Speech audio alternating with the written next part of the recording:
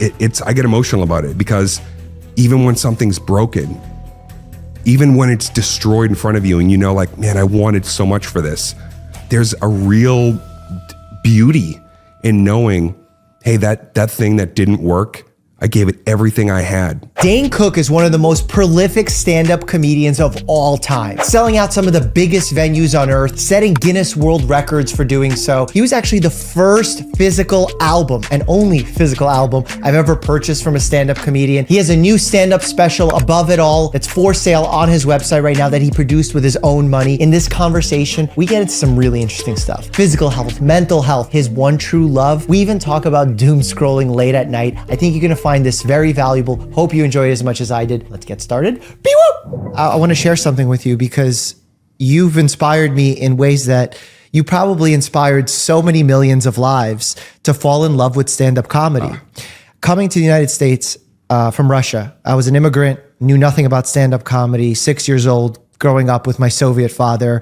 Jokes were not something that he shared a lot with. But I remember the only disc I ever bought comedy-wise was Harmful If Swallowed. Is that right? The only one ever. And I treasured this thing. It was like amazing to me. And then watching your series on HBO with my friends. Yeah. You brought me into the world of stand-up comedy. So I owe you a huge debt of gratitude. Well, man, first of all, thank you for that. That's an incredible, start too, to be able to reflect on that. Just recently, I found my first physical version that I took. Wow. Having edited it, having designed all that cover art, and then sitting there recently with the very first one, right? It's like, where is this going to travel in the world? Is it ever going to leave the trunk of my car where I sell a couple after shows? And I was sitting holding the very first, now the one that was even before my record deal. This was the one that I just made that, like, I may never get a record deal. This is that you burned yourself. I burned myself, the whole track listing on the back, that's my handwritten. Wow. Because I was just editing and writing down ideas for what I think could have been the track listing. And so I found it recently.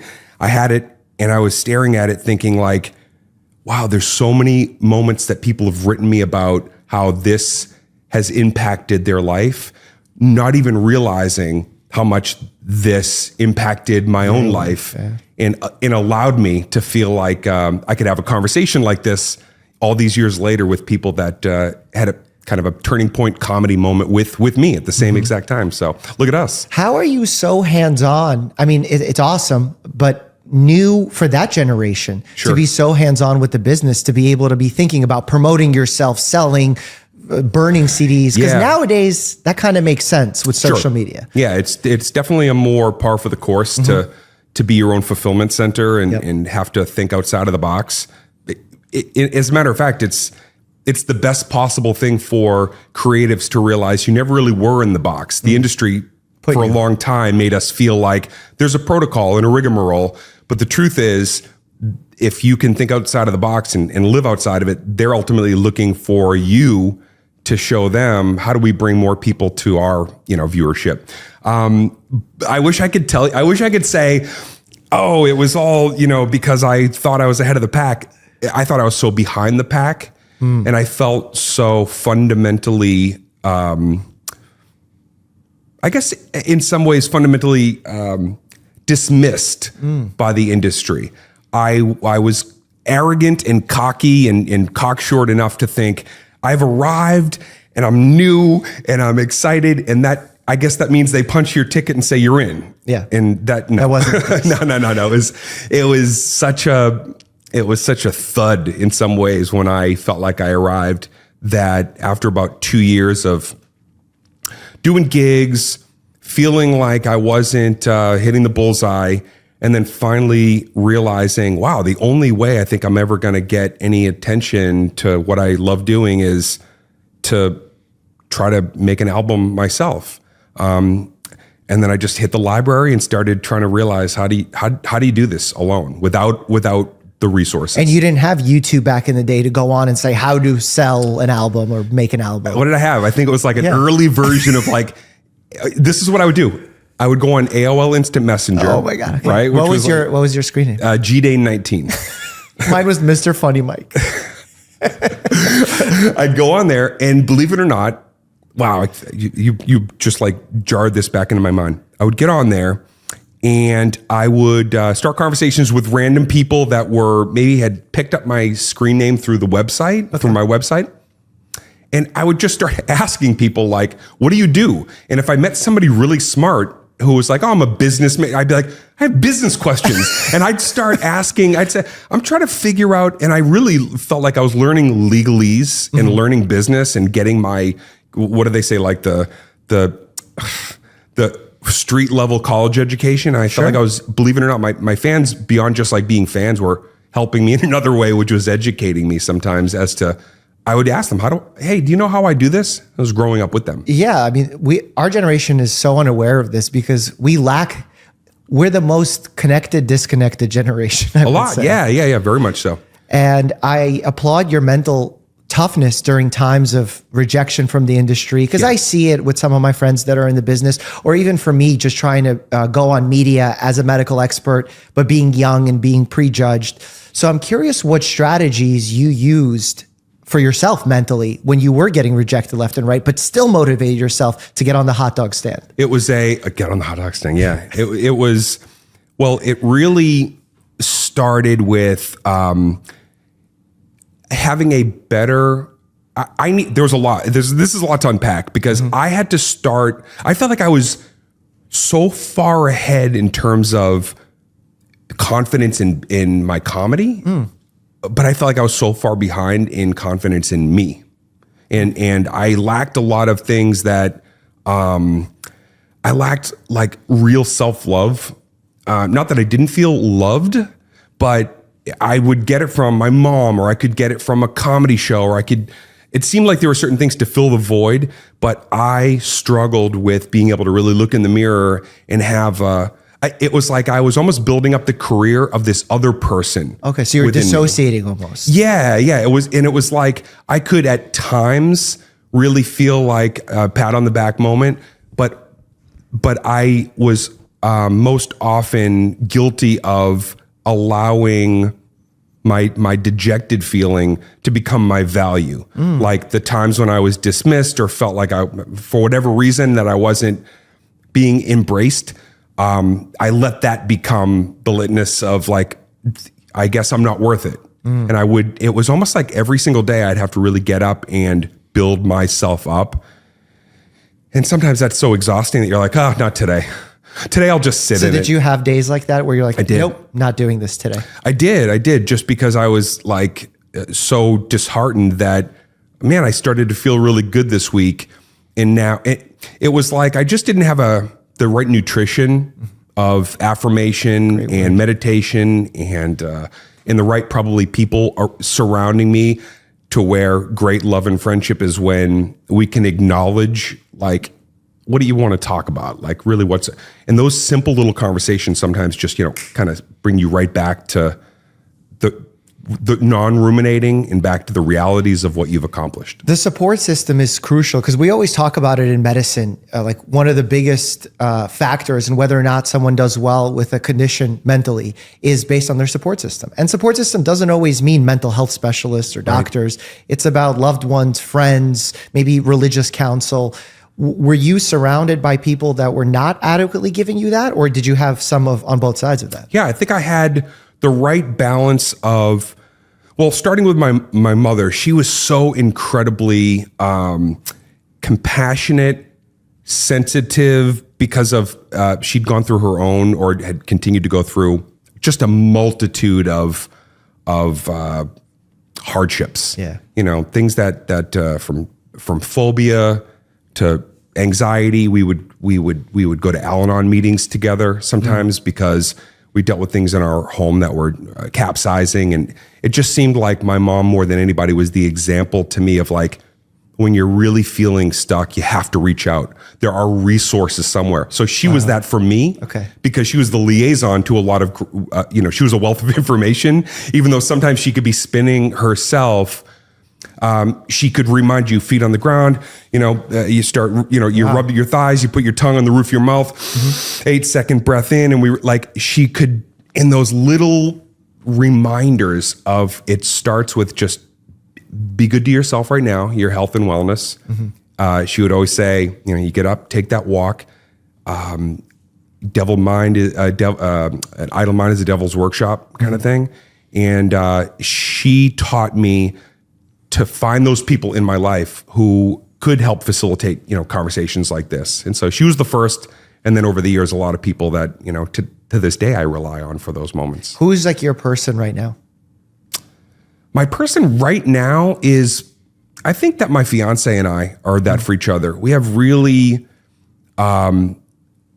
prolific conversations about everything. But when it comes to just behaviors and being able to be really transparent about when you're feeling that when you're feeling that high in life of like, I'm doing something exceptional and being able to have that embraced, as opposed to sometimes, I don't know if it's just the way the industry has become or society. Sometimes people are afraid to like step out and say, look at me, I've done something that I think is really special. Yeah.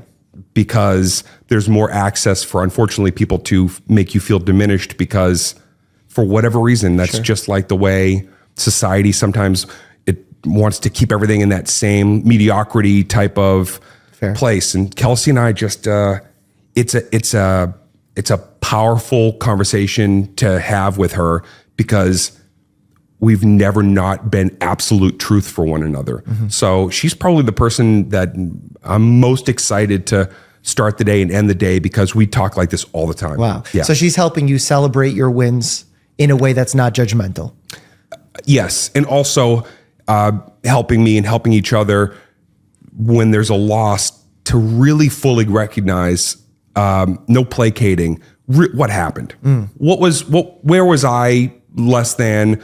Where did I maybe rush things, didn't rivet in something that should have been? Or is it just that's the way the universe works sometimes? And like, we get to scrap this one as like, gave it a shot. There's probably data in there, but not for now, for years from now. Wow. So you're calling each other on your bullshit too. All the you time. have that transparency. In the funniest, best possible way. What's a good example of that? Oh man. I didn't even know if I could say. It's like, we can, you're not going to, first of all, you're not going to be with a comedian without some, banter, of course. Some hardcore banter. And even though she's a comedian, sometimes I say she could be because she's pretty good at like, I'll just say this. We'll counterpoint the crap out of each other. Okay. And it's always festive. Let's say that for this time of year. But it's great because it's so humbling to have your roots set. Because that's what essentially a good relationship is, right? It's finding your roots in another where you can be in a safe place to be yourself, and meaning safe place to make a mistake. Oh yeah. And there's more of that than anything, right? Yeah. It's really like if you're a person that gets up and meets challenges, then what are challenges? Normally it's, hitting the wall, or you find more obstacles when you're going for the challenge, right?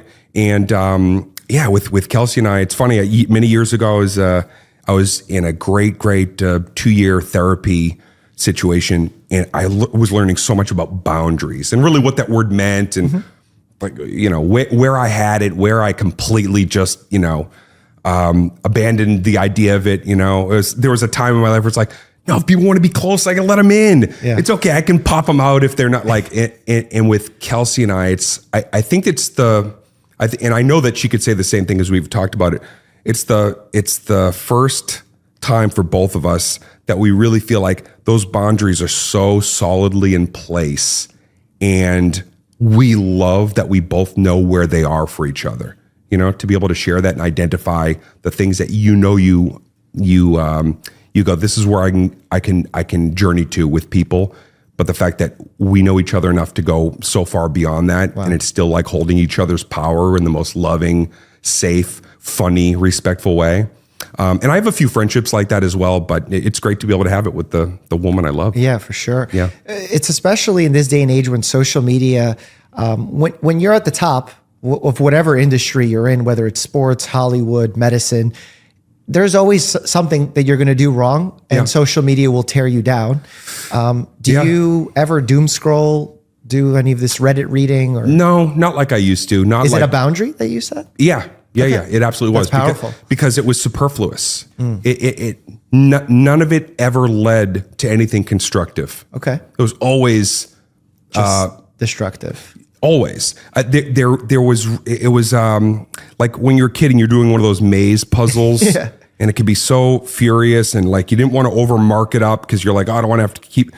It would be like if you were doing one of those and then suddenly realized, oh, this is a mistake, and they never actually had an ending to this one. Wow. You would just be marking it up forever. That's a great analogy. And it's funny because when you brought, kind of like dovetailed into this part of the conversation, I didn't realize when you say like you're on top, but that doesn't really. Being on top, I think is a precious, congratulatory, more intimate gift given amongst peers. And I don't think that you should seek it out or even deserve to feel like it's going to come from the valley of the internet. Okay. I feel like nobody's on top on the internet. I don't really believe that that's a place that you have a victory lap.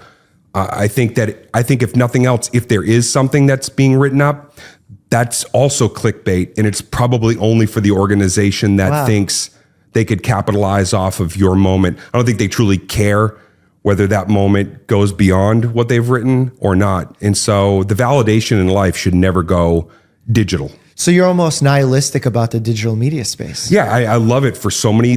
I love tech. Mm-hmm. I love it. I mean, You're the original pioneer.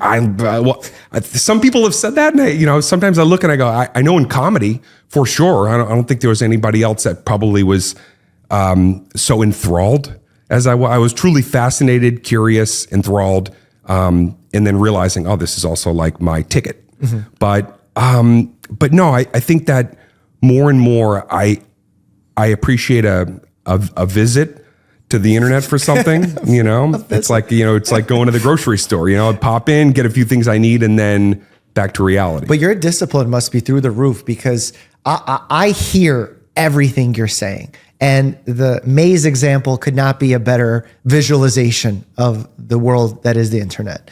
And yet at night, I'm still tempted. I'm like, oh, I got some free time. Yeah. Let's see what folks are saying. Right. And then suddenly I wish I didn't see what folks are saying. I'll do like some TikTok stuff. Okay. I'll scroll through there. I think that, I like that with something like TikTok, it's mostly curated off the things that I tend to like to look at, to search for. But yeah, no, I don't usually go beyond there. You want, I guess it's the difference of, do you want to be entertained by something where people are using their creative flair on TikTok, or are you going to suddenly roll into a BuzzFeed? I don't cancel even thing. Yeah, exactly. I don't care who they think is or is not canceled or whatever. I think that's a very empty calories. It's a very valuable way to, again, you're looking at something that's quite addicting and looking at it for its value and seeing none and saying, I'm going to abstain. I'm seeing, and we're seeing what it's doing to young people. Mm-hmm. And it's, there's no other way to pocket it. It's disgusting. And so many kids are being just warped by, what they're consuming through the internet. Well, the number one job that kids say they want to have these days is to be an influencer or YouTuber, not astronaut, not Supreme Court justice, not president. YouTuber. Right. This would probably be a good time for me to go for those things then, right? I'm sure there's less people in that lane. I might actually be able to fulfill some of those side items. What was your dream job as a kid? Let me think. Dream job. Well, I had a couple, probably the little boy ones were I thought I was going to be a stuntman because I watched too many Burt Reynolds movies. And so I was like, okay, I'm going to, I was jumping out of trees into, piles of leaves. And, I did want to be a comedian very early on. I think 13 or 14 is when I had the eureka moment. But prior to that, but I did also love working with animals. So I think that there was another side of me that was I could probably be a vet or do something with horses or something. Oh, do you have pets? I do. I have 2 dogs. Okay, awesome. Yeah. What kind of dogs? Yeah, we've got a Ridgeback. She's 2, and I've saved a Shepherd Poodle about 7 years ago. Oh, okay. Yeah, dogs are. You want to talk about healing energy. Yeah. I would recommend to anybody. Where do you think that healing energy from dogs comes from? I think that, I guess I've always felt I grew up with so many different dogs. I think I always felt like dogs sense love in you. And I feel like they know when you're feeling the least of it in yourself, and they will like, you know, almost like come to you as a reminder of this is the love you have inside of yourself. Dare I venture to say dogs are the opposite of social media? Dogs are the opposite of social media. I think that they would agree if they could have a voice in this. Right? Because like social media is there just for the highs and lows, and the dogs are there constant. Yeah. And it's not judgmental, right? But the thing about that I remember the most, one of the lowest, I had a min pin. Okay. And his name was Beastie Boy.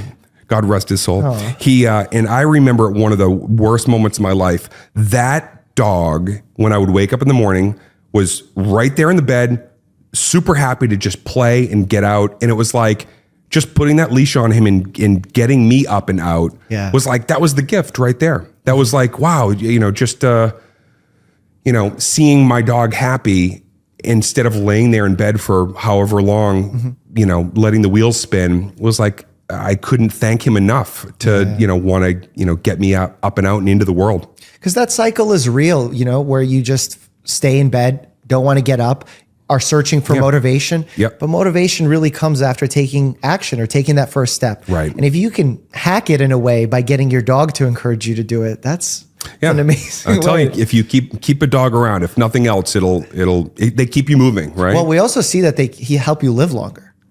Like that's a proven medical statistic. Dog owners live long. And we've tried to hypothesize. Is it because of the exercise? Is it the friendship? And we don't know, but it's probably all the factors. I think it's when you have something or someone to live for. I'm sure that something in the immune system, something in a part of the brain that I know nothing about is probably just driving you further and towards something. You know, it is an incredible, I worked in a nursing home. I was a dietary aide for a few years. And what made you take that job? I was 16. I was just looking to make some scratch. And it was, again, like I had to get through high school so I could do stand-up after I graduated. How did I get that job? Actually, I think there was a girl that I liked. It always is a story. And I think it was a girl I liked. And so I applied. I got the job. But what I loved about it was I spent a lot of time with the elderly people that were, you know, living at, it was called Mediplex Nursing Home in Lexington, Massachusetts. And I would see the sparkle in their eyes and the excitement when their family was visiting, or even sometimes when myself or we'd go around and, you know, just try to entertain them or whatever we could do and I don't know, it impacted me in a way back then of just like joy really keeps you vibrant, you know? And then I'd see unfortunately the opposite, some people that maybe weren't getting visitors or interestingly enough, some of the people that I got to know, and you could tell that they'd live hard lives and maybe they were the hard part. Yeah. And what that did to their health and wellness. And so it was a beautiful early example of like, just try to keep as much joy and happiness around me as possible. Yeah, those social connections are so key. Even when we're giving things like modifiable lifestyle factors, we call them in medicine, for the risk of developing Alzheimer's MLFs, disease. we call them. Yes. We talk about social connections and how that reduces the risk of early dementia. And the joy is the prime aspect of that, because even when you're sitting there talking shit with your friends, arguing, that's joy, right?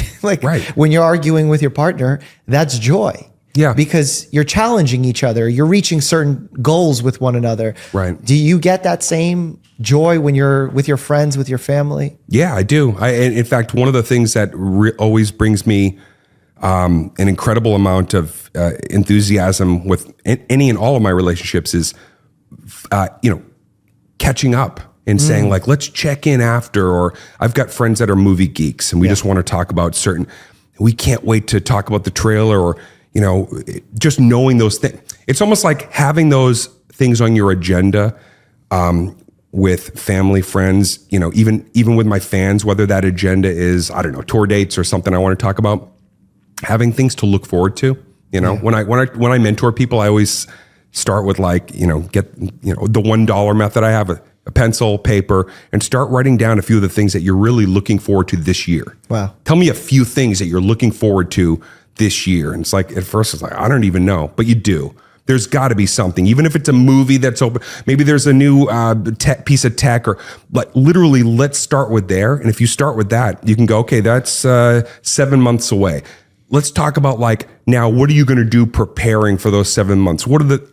It's fascinating. Once you kind of go into that, you start to realize, oh man, like all the possibility is what when you finally meet whatever that moment is, sometimes it's a letdown, right? It's the hype and enthusiasm. The process was the process. Yeah. So I try to always get people locked into a process. Even if they say to me later, man, you got me excited for nothing. I was like, but you're excited. Yeah.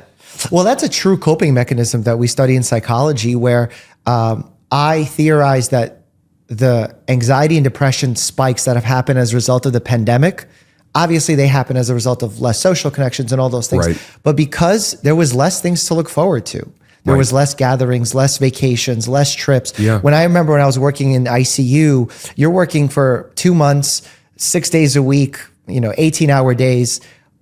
I could work through that 2-month period, no problem, as long as I knew I had something to look forward to at the end of it. Right. But the pandemic just stole that from us, and there was nothing to look forward to. And there was a moment where we didn't know if we would ever have truly things to look forward to beyond, which was so ominous. Yeah. What was the pandemic experience for you? Really, really tough. Tough, and yet in hindsight, it also I did like the ultimate clean out. You know what I mean? Like the ultimate kind of spring cleaning. And really going inward and doing a lot of journaling and realizing, wow, there were some things that I've kind of held on to that have petrified, that I needed to just relinquish power to, or get rid of, or again, just clean house. And so midway through the pandemic, I was like, okay, I need to create something. First of all, that's what can I do to make people happy right now? This is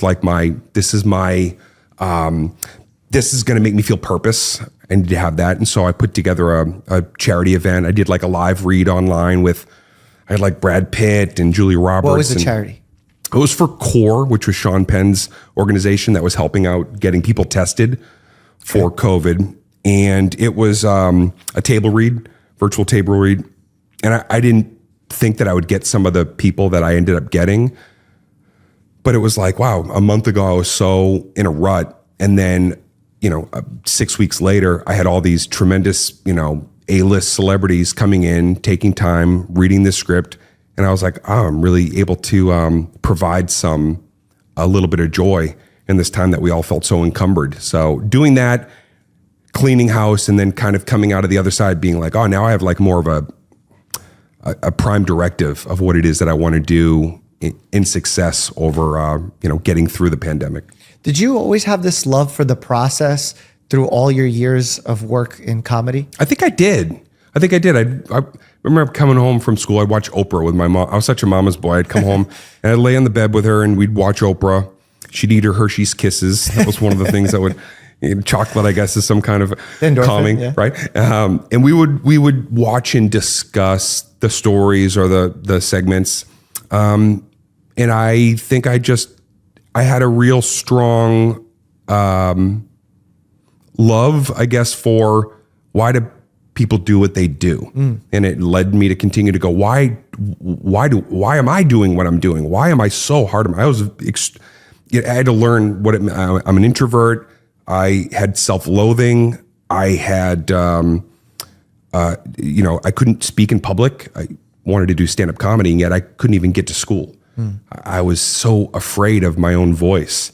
And yet those shows or, those early discussions, I guess, helped me to figure out there is a way for me to feel like I can have this occupation and live this life, but I got to really know who I am. And your path to discovery of who you were came through challenges, failures, all of the above? Every single one of them you could imagine. Kind of goes hand in hand with the stand-up comedy career. It's an unforgiving industry, and especially in that era, before there was any kind of, you could not become an overnight sensation on like a YouTube or something then. Which no virality, right? Which by the way, is its own treasure trove of overnight sensation is sometimes the worst possible gift that you think you're earning. But back then, no, it was like you were only going to make it through every trial and tribulation that one could have as a live performer. And it was set by arbitrary rules with the gatekeepers. It was, but it was also like, it was such a finicky, tricky job, livelihood, because like an amoeba, it wasn't like it was like one factory that you could go to that necessarily, might have been a couple of comedy clubs that were fixtures, but it was, I'd get to gigs that they'd be like, oh, it's gone. I'd be like, I just booked this 3 nights ago. Nobody showed up night 2. There's nobody in here. And you'd just be driving home 3 hours. Like nobody even called. There was nobody there working there to even say, no one to this complain. place doesn't exist anymore. And it was a constant with my graduating class of comics of all we had was the idea, maybe this could lead to something, but we had each other. And at least we had each other to entertain when sometimes even the crowd maybe wasn't so entertained. So I could see how those challenges got you to that place. I'm curious how the successes potentially have affected you negatively, because when I know at the top is not the lingo you prefer to use in the social media space, but when you're crushing it, you're setting records, you're selling out Madison Square Garden. Yeah. You're on top of the world, and you're trying to be insightful. You're trying to challenge yourself. You're trying to see what you're doing wrong. Do you ever lose sight of that? Oh yeah, because then it tilts completely there's a time when it's like, just being a young man and ego and, no playbook for success. You go from being a reasonably lower middle class kid, to suddenly you're the belle of the ball. You've got all these access to everything. Every dream is coming to fruition. And even though at the center of it, you're like, okay, it's me and my fans. The one thing I never lost sight of, thankfully, was none of this is possible without a group of people. Sure. I'm not in this arena because I did something alone. Yeah. Right. And so always had that, the audience is always right in front of you. And if you lose sight in that one thing that's right in front of you, reminding you we're here because you provide and entertain us to make us want to put you in this arena or wherever. But because there's no playbook for it, and then because of now I'm just speaking for myself and not the other comedians that you may chat with or have had experiences, I go from being such an insignificant feeling human being to now feeling like the most significant person on the planet, with no real tools outside of some Oprah episodes and maybe cutting it up with mentors or my mom, or no real professional, help, or no real one mentor maybe at that time who could sit down and be like, here's what's happening to you right now. You're believing everything. You're believing the hype. And so, it was capsizing moments simply because you think, I'm in, I got it, I'm here. And for whatever reason, I think you just start believe at a young age, that this will always be. Yeah. No. Well, you treated your audience almost as a religion. You saw the value in community building when that wasn't a thing. Now everyone on social media is like, build a community, target your community, advertise to your community. Right. But you were doing that before community building was a thing. Right. And because you gave your community this religious power, you respected them and you kind of felt like they were the greater source of power. You know how people think that there's something greater than them, so it takes some pressure off? Did you feel the same way? I don't know if I put it in maybe such a faith-based way. Sure. I think I'm not even religious, by the way. I think I put it in more of I knew that at that time, unlike today, that feels very corporate algorithm. It does feel like there's always a ad spend or a boost or, finagled numbers. It's a little hinky. Then it felt really organic. It just kind of felt like the internet for a good chunk of time was it was still such almost like an experiment, or a place that some people were, but a lot of people were like, what's that fad? I think I pretty much, my whole philosophy was I had such a one-on-one connection with a group of people. I had one-on-one understanding and access through this portal that happened to build up so much over time that it turned into masses, because the one-on-one conversations, those thousands and thousands, then millions of people that I let have access to my daily and vice versa, they invited other people into the thing, or they shared, comedy that they loved. And of course, if you make their friends laugh, then they're all going to come to the show. But it really felt grassroots, even at its largest, even in like 2005, the biggest, arena year, 80 arenas, 20,000 people every single night. It always felt like family. It always felt like I'm not an overnight sensation at all. This is like a very slow trajectory towards something that work-wise I was very comfortable with. All the other stuff I had to learn, how to live years, of course, years to come after that. Well, whenever you're a trailblazer, you're going to face those types of challenges. Did you have difficult moments in between the years when you were touring and having major success, where it's the attention and the success isn't there, not because you're not successful, but because you're taking a break from that, or you're not touring? Oh yeah. Or even just sometimes it's just like lights out. You've had a moment, or something didn't work, or that movie's not going to be received. Mm-hmm. And stand up, it just prepares you for all that, because you do start to, well, not even start, but like you realize that a career is not a promised anything. All of those things that, zeitgeisting and lady luck, and those are all real things as well. You have to love what you do regardless of, I guess, how it's externally validated. Yeah, exactly. But it isn't to say that there weren't moments where it was like of extreme disappointment because you think you're hitting an ebb and it's a flow, or vice versa. I'm not sure which one's the bad part. Is the ebb the fucking bad part of the? We want to be ebbing, right? Good. Okay. So yeah, it was like, I think where I remember like having a crash and burn year at one point for whatever was going on. And I felt like I was disappointing my fans because I knew that the core group was like, man, we're ready for something new and electric. And it was almost like I had to tell them and tell myself, like, I'm not the new thing anymore. You know what I mean? I had my moment as the new thing. I'm going to make this career go as long as I can. And the people I love have a lot of different incarnations and in their careers. And I remember just like having to almost learn myself and educate my fans that it's okay that we can move on from that moment. That moment was a great moment.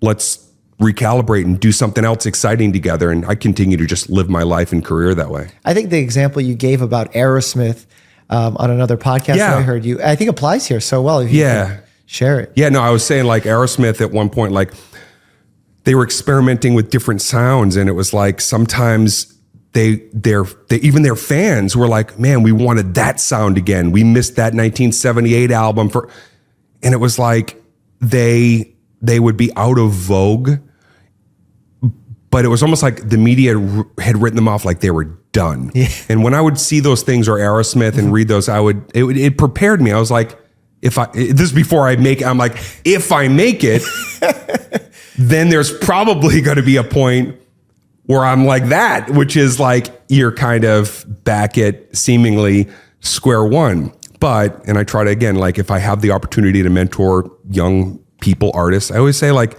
that's why you keep your integrity every step of the way. That means if something works and that IP is from you, owned and operated, dreamed up, and then first pen to paper is how you want to see that come through, then the level of applause and even of monetization will not matter as much as you knowing you dreamed something up and made it come into the world. And when it doesn't work, and trust me, it won't. And when it's in fragments on the ground in front of you, you will, in your sadness, look at those broken pieces and say, those are mine. Yeah.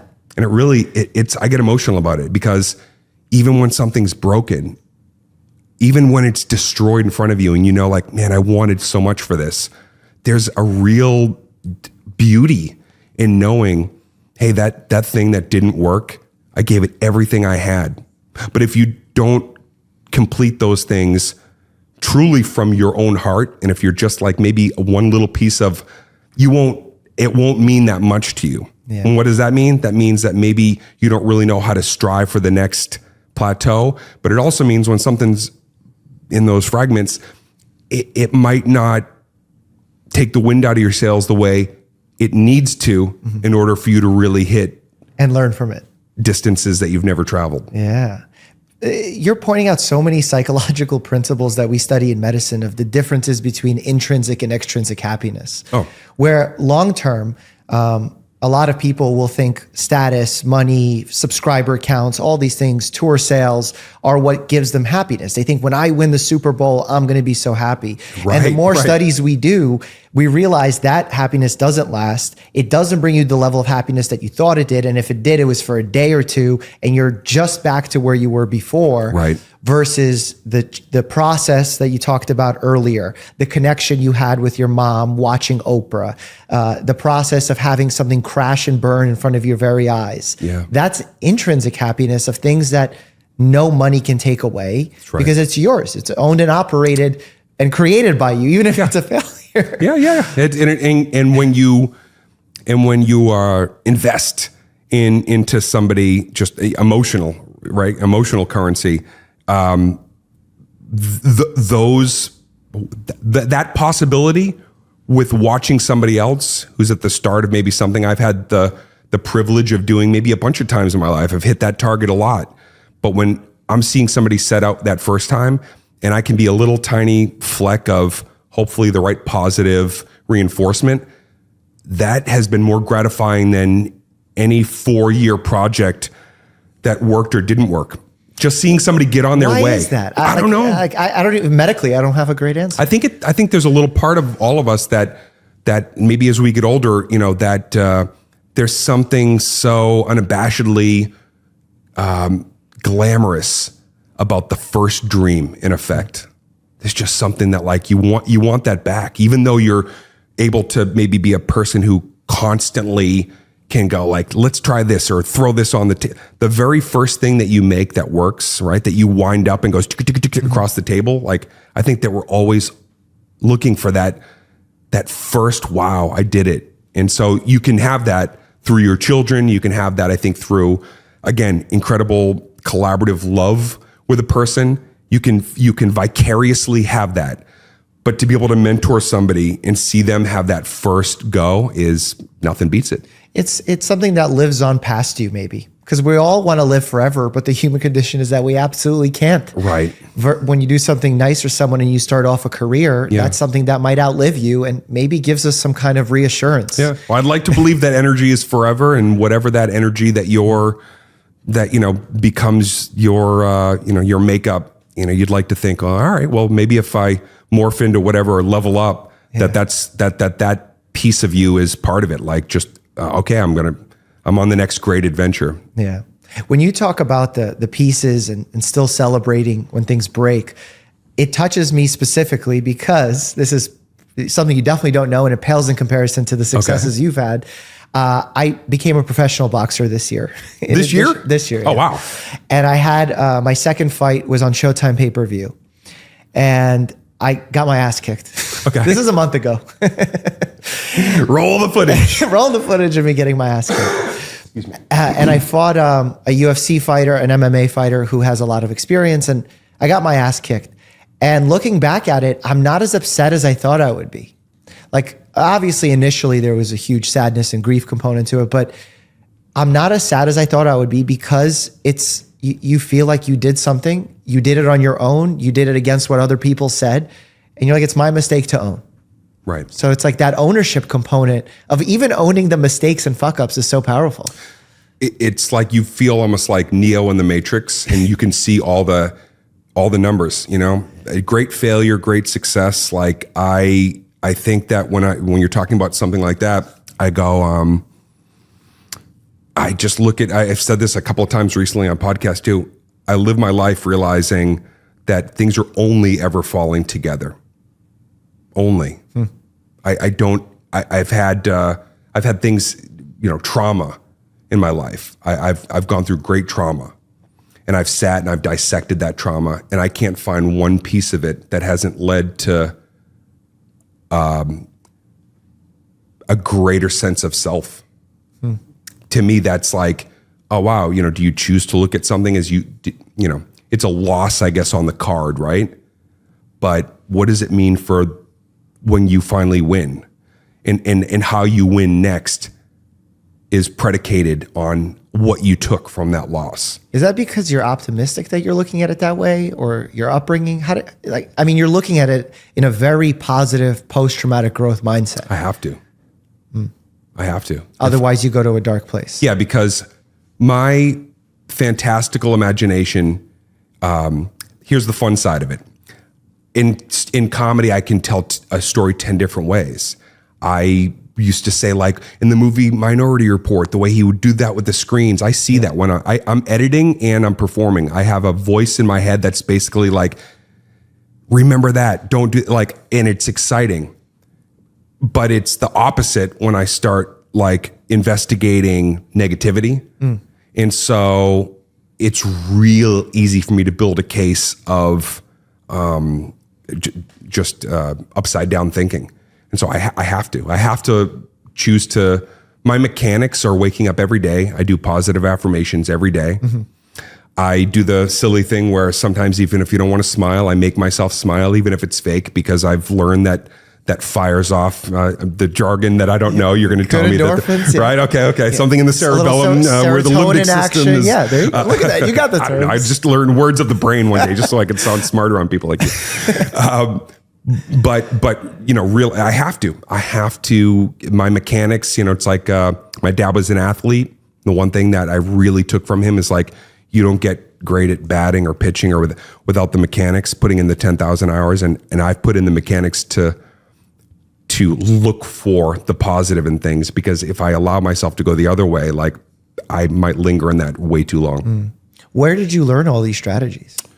I just always been, a curious person. And I would go to AA meetings when I was younger. I'm 50, but I've never had a drink in my life. I've never had a drink or a drug or pills or anything, nothing.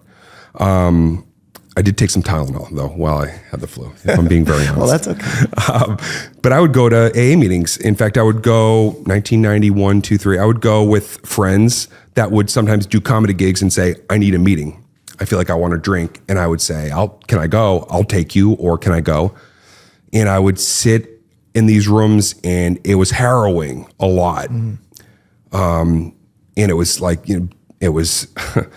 it was sometimes negative and smoky, and yet there was a truth happening in here that I just craved, craving it, because I wanted to be able to speak that truthfully about hating myself. I was like, man, I don't want to drink, but I feel all that, like I'm like a dry drunk, or that term I heard. You were once. going for a support group, not having the issue that they on the outside have, but maybe on the inside have. Exactly. And also, like I was, being transparent, I was dealing with alcoholism in my family. My dad drank, and it just made for a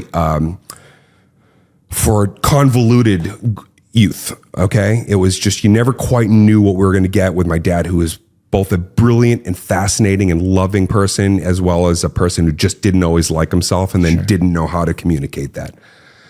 But I'd sit in these rooms, and I was so proud of these people, and I was so moved, emotionally sometimes moved.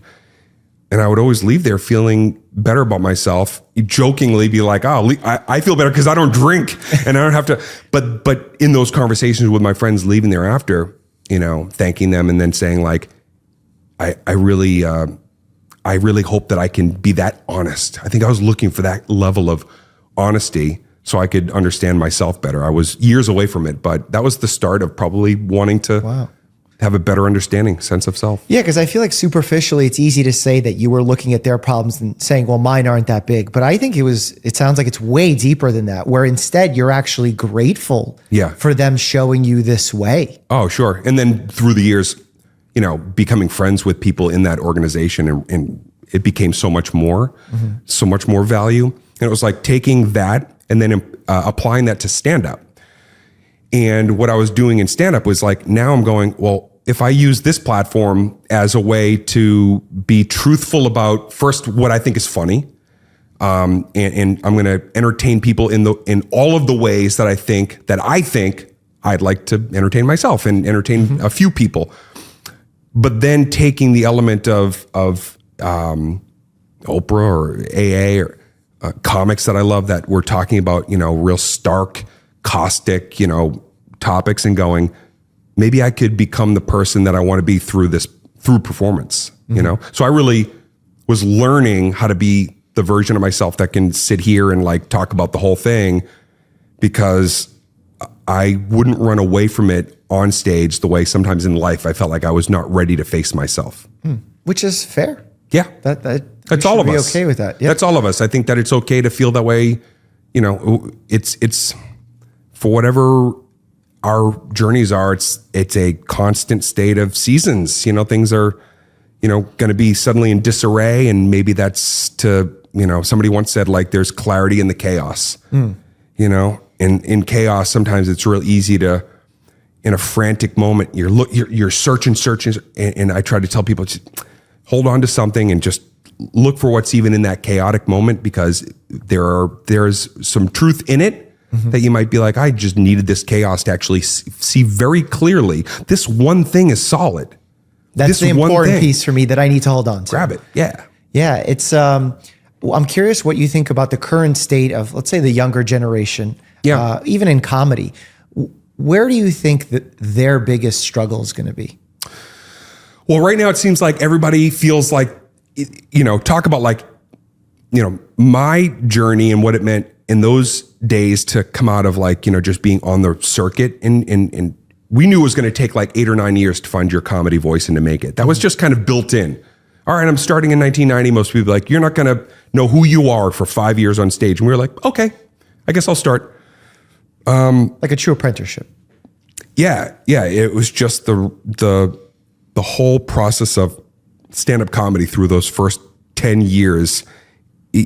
Before you even get to learning the business side of it, is just how do I really entertain people and like bring something real to the stage.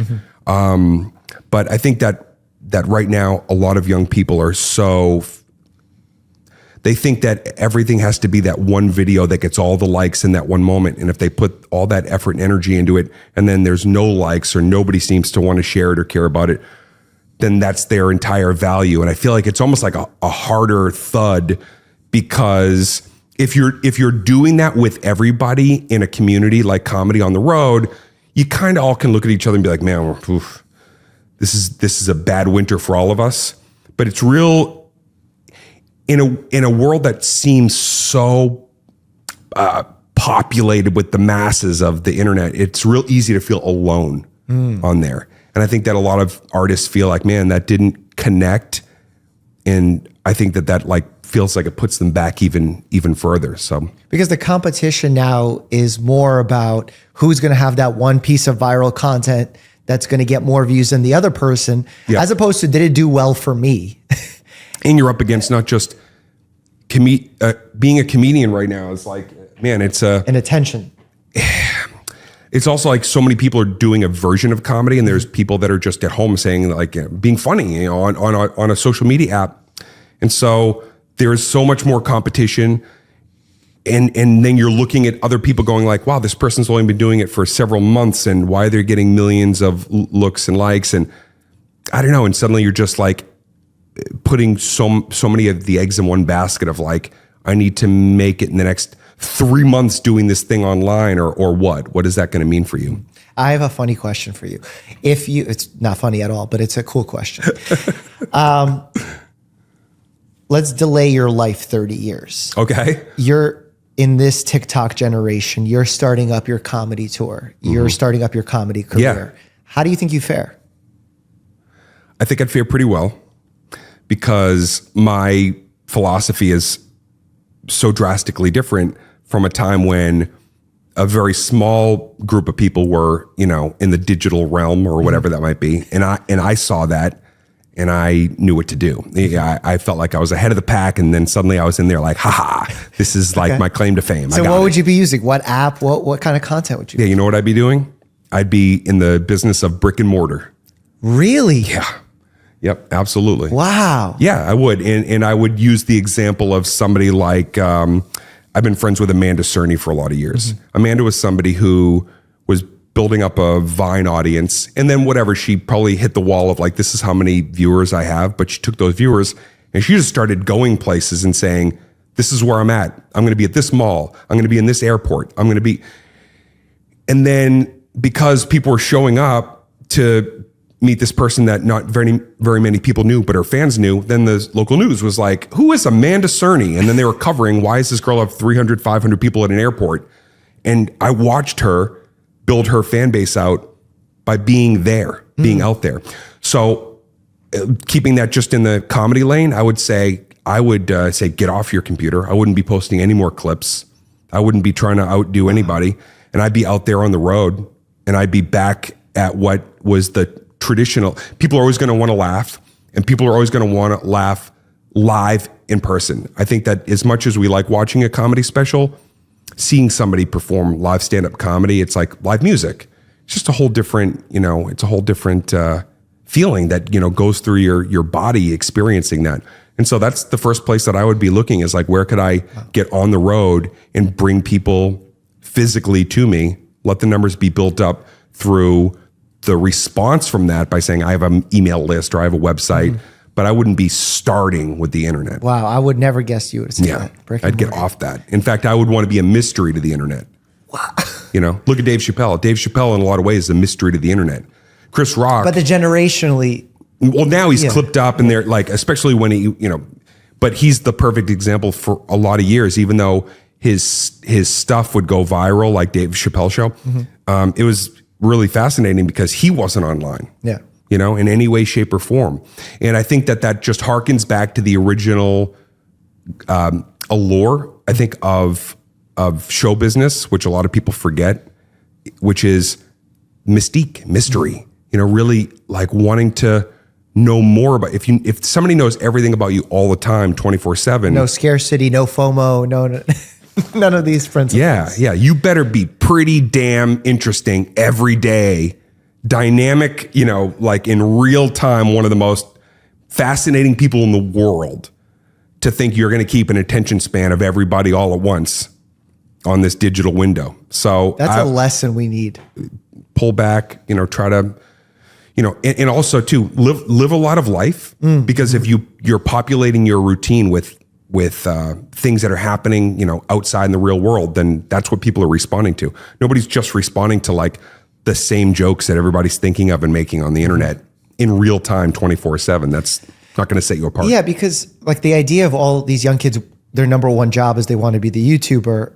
Get a career first. Become an expert in something, whether it's education, being an astronaut, being a doctor, a comedian, and then bring that value to the internet. Absolutely. Yeah. Because if you're great at your craft and then that's exploited through whatever, then more people are going to be like, damn, how did this person get so good at this? And I think that everybody is in real time saying like, watch me get better at guitar. And that's like coming to LA as a new comic. When a new comic comes to LA and says, I'm new to LA, what's your advice? And by the way, I don't believe in giving, especially comedians, advice other than like ways to protect your integrity or legal. Sure. Yeah. But it's so specific, like comedy, like nobody could tell you how to really be, what's funny for you. I'm not going to tell you how to be funny, but I will always tell somebody like, all right, here's the first thing you want to do. You don't want to grow here because you're going to, in the eyes of the industry, somebody's going to see you and you're always going to be that worst moment or you're always going to be that misstep. And it's real hard to create the next version of yourself in front of the very people that are like, we saw you last year. And by the way, I'm 31 years in, and sometimes people will still say, oh, yeah, no, we're fans of Dane. We've seen it. Do you want him to audition? No, we've seen it. Like, I look different. I've got a different vibe. I might have a take on this character, but it's real easy for this industry to typecast like that. So I would say to that person, like, get out of here. Go to anywhere else that you can grow, stink, get good. And then once you know you're dominant in your field, and what does that mean for comedy? Everything's getting a laugh. Not good nights, bad, like you're crushing it. Then you come back here and you're not here to make friends.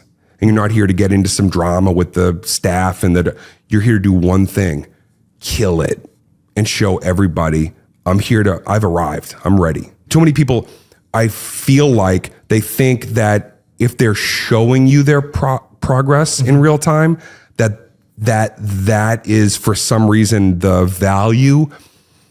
I think it's a mistake to be showing people, because you lose the allure. Yeah. And I just think that, I think it's also just like people, when somebody comes out of nowhere with the next big idea, that's the clap that suddenly everybody goes, oh, what's happening right now? What is happening? As opposed to like, if we see you Truman Show style every single day, then I don't know if you get that like, head snap turn where everybody all at once goes, what's this? Yeah. And that's your moment to like come to life. What's your relationship with medicine like, with healthcare? As far as... Do you have a primary care doctor that you trust? Do you do any kind of special regimens? What's your sort of... I don't. No, I do have a primary care for many, many years, but I've been one of those people that, like I said, not only never any drugs in my life, but I just don't like to, I keep my, it's like, this is about as heavy as I go. Okay. Right. And so,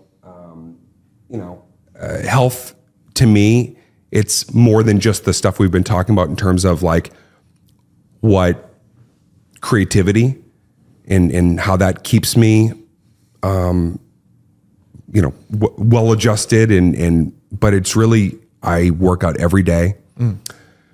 I just think it's about being active. For me, it's always about like being active and taking care of my body, my health and wellness. And what I've learned about my body over the years is like when I add movement into my world, I'm at my most fit, my healthiest, most focused. So that's really like, it's all about nutrition. A body in motion stays in motion. So that old mantra is very true. Yeah. You recently talked about, I think last night, about your colonoscopy experience. I did. What was that like? I was a little nervous. Both my parents had succumbed to cancer. Oh, wow. And so it was, I talked to my sister Courtney about it, and I was like, man, this is a big one because, and probably another reason that, I've always wanted to stay as healthy as I could, because I was like, God forbid I have to ever fight that fight.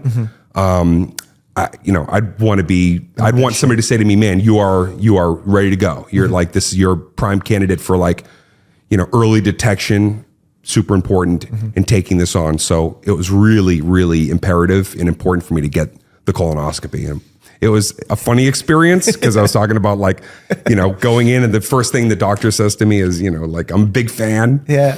And then the anesthesiologist. What's that like when like you're coming in for a you feel good. You're like, all right, he's going to look out for me. Hands. He might take another look with the camera. When does Dane cook? Come on, one more go around. And then the anesthesiologist was like, quoting my stuff. And by the time I got into the room for the procedure, there was like 3 people and so I'm joking back, and that helped me to feel a little, less concerned about it, because I'm saying things like, well, you're about to see a side of me.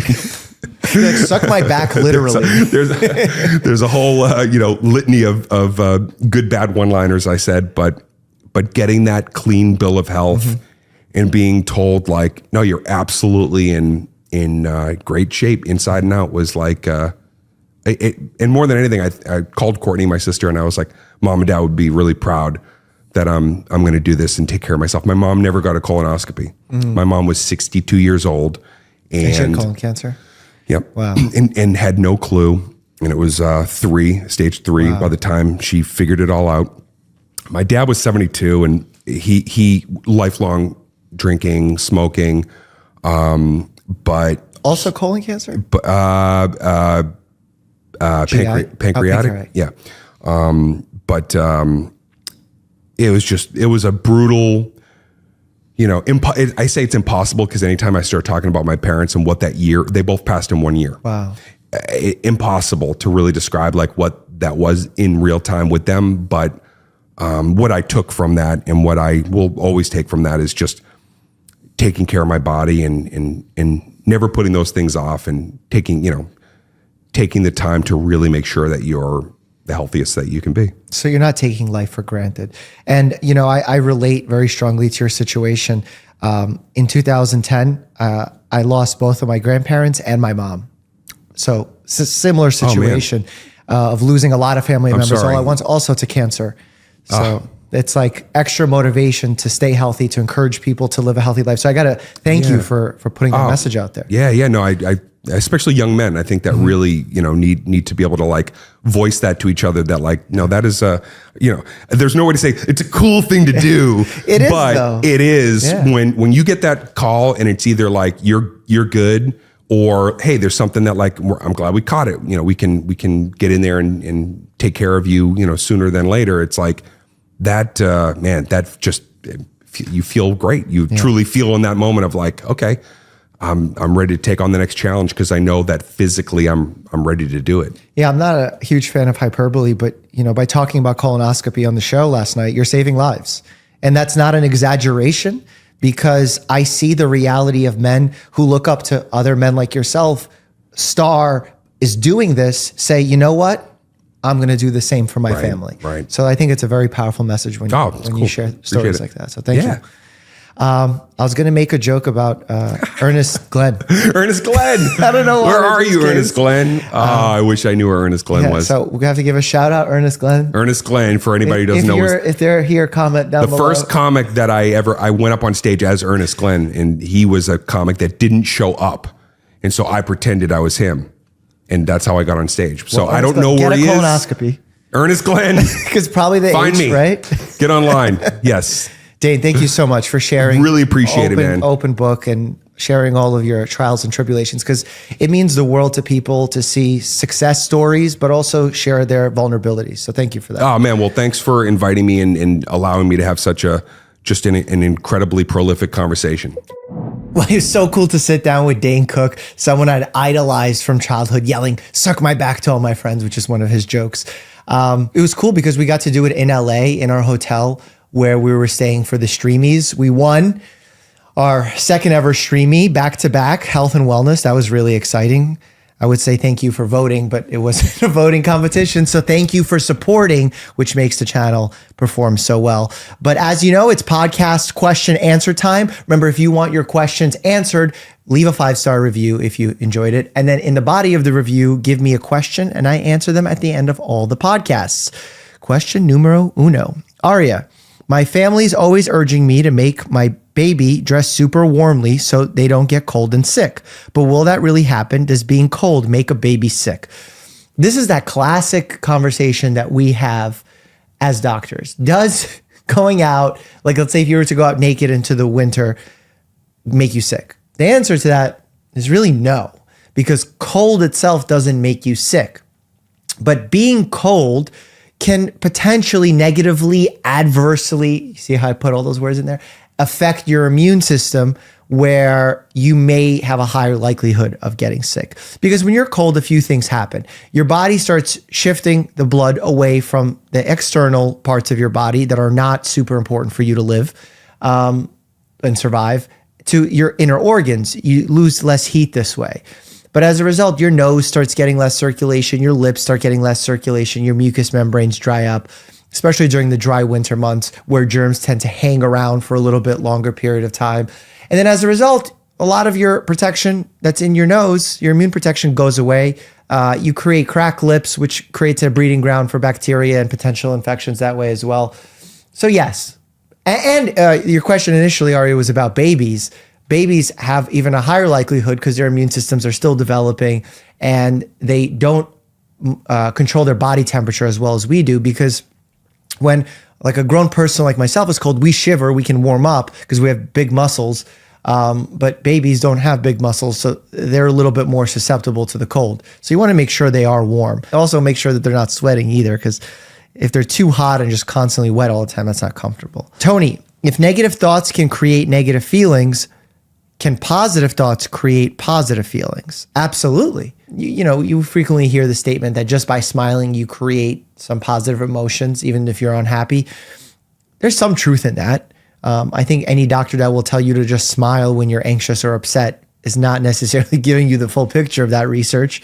Because what we see is if someone smiles, we see certain areas of the brain light up as if you're truly happy, whether or not that's just patterning in your brain occurring or something truly making you happy. We don't know that exactly.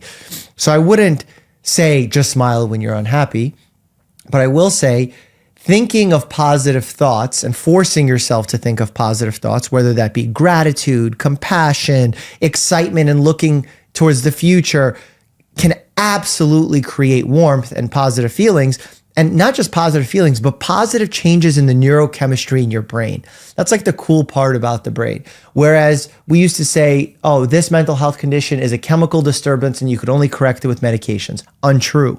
You can change that chemical imbalance that's going on in the brain with things that are under your control, like your thoughts. So pretty cool stuff.